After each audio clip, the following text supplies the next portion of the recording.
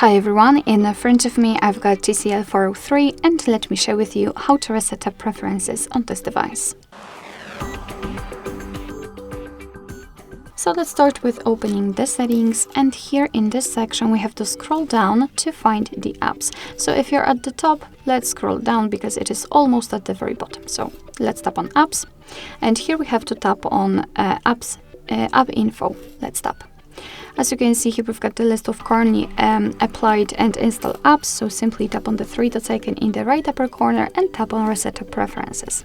And as you can see, your device will inform you what it will actually reset, so it will reset, among others, disabled apps, default applications for actions, and any permission restrictions.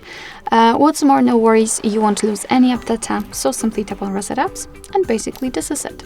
This is how to reset up preferences in this device. Thank you so much for watching. I hope that this video was helpful, and if it was, please hit the subscribe button and leave the thumbs up.